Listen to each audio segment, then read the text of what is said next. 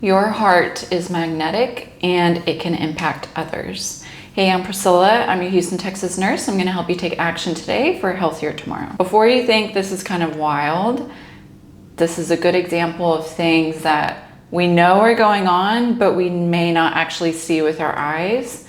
Just for an example, that would be the wind. You see the leaves blowing, you see the impact of the wind, but we never really see the wind, right? We might see it filled with dirt, but we don't actually see it. And then the same thing too with sensations in our body. We might feel cold or feel hot, but we don't actually see those things, right? We might see the things causing it, such as fire, such as snow, things like that. But these sensations that we feel, we don't actually see. That is what's going on inside of each and every one of us in our heart's magnetic field. And so when you go to the doctor, you might know, if you go to a cardiologist, you can have something done called an EKG or an ECG. This is an electrocardiogram. And what it does is it measures the electrical aspect of the heart. The heart does have a plumbing section, right? Where it's the aorta, the vessels, the atrium, like different valves and things like that. That's more the physical aspect, the plumbing aspect. But the heart also has an electrical aspect, and that is the scientific truth. And so we can measure that on something called EKG. And the signs of death on an EKG is something called a flat line.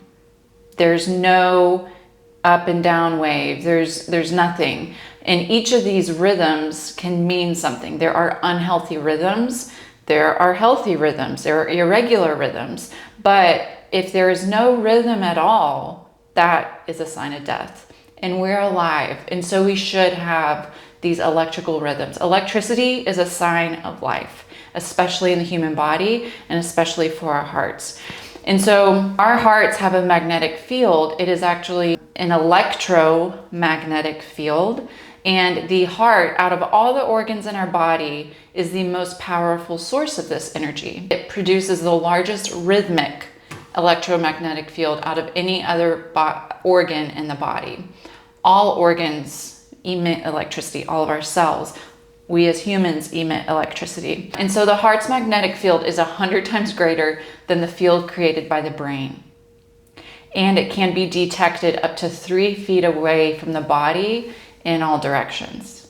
That's crazy. So that means that this emission of this magnetic field can be experienced by other people around us in a way. Number one, we don't even see it, right? We don't see ourselves emitting this, but we may not even see the impact that it has on people. And I'm going to tell you how that is. So there's a company called HeartMath, or the HeartMath Institute, and they have created a device that monitors your heart rate variability, and they have done loads of research on the impact of this with health.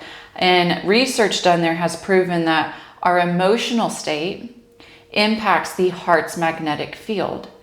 Our emotions also, as you probably would guess, impact our nervous system, and our nervous system definitely impacts our heart. And so if our emotional state impacts our heart's magnetic field, that would mean that it also proves that our emotions and our internal state impact those around us. So our emotions impact our heart's magnetic field. We have already discussed that our heart emits this magnetic field. So what's the source of what can impact that or alter that? And that would be our emotions. Here's how. There is a direct relationship between the heart rhythm pattern and the information in the frequency in the magnetic field. This is so cool, emitted by the heart. And so what that means is, if it's good, so if the heart rhythm pattern is really good, the frequency emitted by the magnetic field of the heart is going to be really good. If the heart rhythm pattern is really bad, or a term they use at the HeartMath Institute is it's not in a good coherent state, then the frequency in the magnetic field it's emitting is not going to be very good. So what that also boils down to is that information about a person's emotional state is encoded in the heart's magnetic field. It is then sent out or communicated invisibly throughout the body and the area surrounding the person. So absolutely, it impacts people around us, okay? But how do you think that's impacting every single cell in your body? If we are sending out frequency through a magnetic field to other people and it's impacting them, imagine what it's doing to our body, our bones, our cells, our mitochondria, our gut health, our brain health, everything. Okay, so our body is constantly detecting, obviously, its external environment. This is really cool as well. And we make adjustments based off of this sensory information. We are constantly perceiving and receiving information. Here are some examples: touch, temperature, ranges of light, sound waves, etc. The nose, for example, can sense one molecule of gas. You smell some gas, you know something's not right, you start to do something about it. A cell in the retina of our eyes can detect a single photon of light.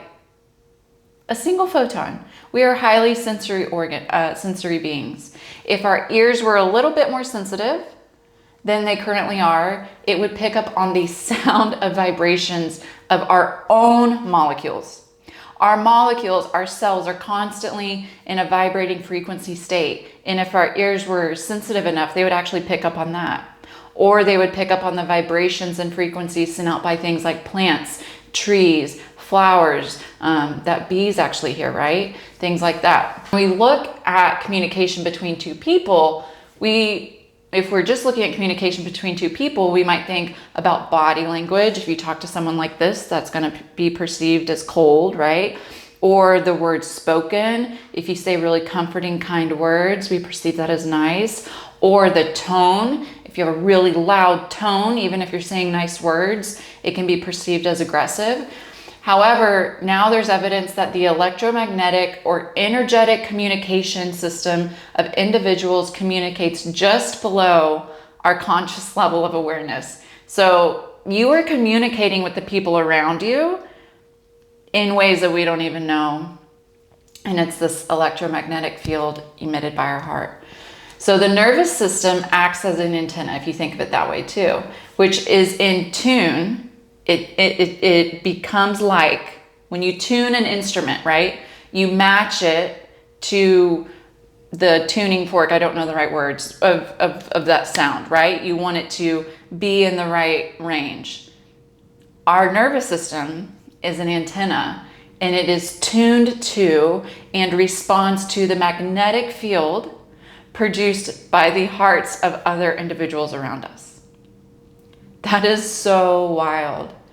And it can explain the way that you actually feel. If someone's yelling at you, if someone is being verbally aggressive to you, of course, maybe you might get sad, change your mood, maybe even cry or whatever.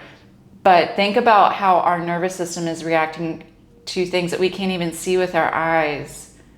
And it's normal, but we don't know it's normal. All these other things going on. Okay, that we can't even see. It's amazing.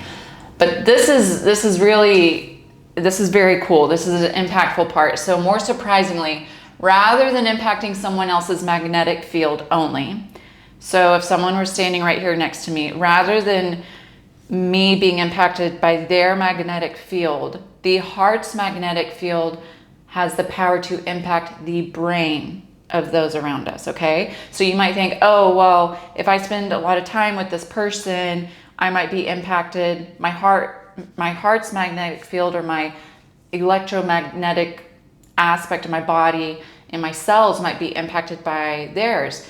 Yes, but actually your brain can be impacted, or you can impact the brain of other people. Monitoring brainwaves is done with something called an EEG. Okay, so EKG or ECG is for the heart, EEG is for the brain. And it has been shown that the heart rhythm or magnetic field of the heart is able to impact the EEG of individuals around the subject. How does that relate to health? Well, for one, you can positively or negatively impact the rhythm and health of those around you. Individuals who are more resilient or more coherent and at peace have less sensitivity to being brought down or altered by those around them who might have an unstable heart rhythm. Rather, they are more likely to positively impact those around them. So, meaning if someone is in a negative state, they're more likely to be potentially, not always, positively impacted by someone who is in it's considered not necessarily stronger, but the HeartMath Institute uses a term called coherence, meaning it's more stable, more at peace, less erratic. Our body is constantly receiving information as well, right? So even if we are stable, we are impacted by those around us in ways that we can't even see. Every cell in our body, every cell is impacted by a fluctuating, invisible magnetic force, multiple forces. And if we want to age well and prevent disease, it's imperative to acknowledge and to support this aspect of health. And that's why I made this video, because the only way that you can change something or improve something is you have to acknowledge it first. And it's really hard to change what we don't know. And there's not enough people talking about this aspect of health and wellness. And so our heart is magnetic, our body is electric, and you can improve your health and those around you in ways that we can't even see with our eyes.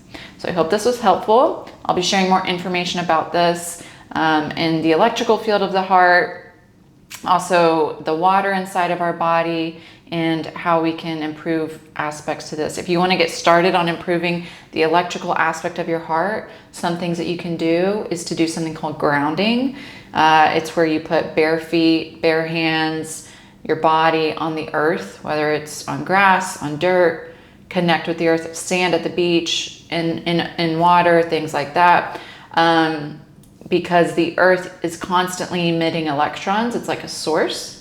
And this electrical, this excess of electrons is something that we need, because so many things in our environment are robbing us of electrons. Again, things we can't even see with our eyes, such as Wi-Fi, microwaves, things like that. And the other thing that you can do is you can get natural light, sunlight, as much as you can tolerate, but especially in the morning, evening. It's very good for the electrical and health of our cells and the electricity involved in our well-being. So I hope this was helpful. If you have any questions, comment below.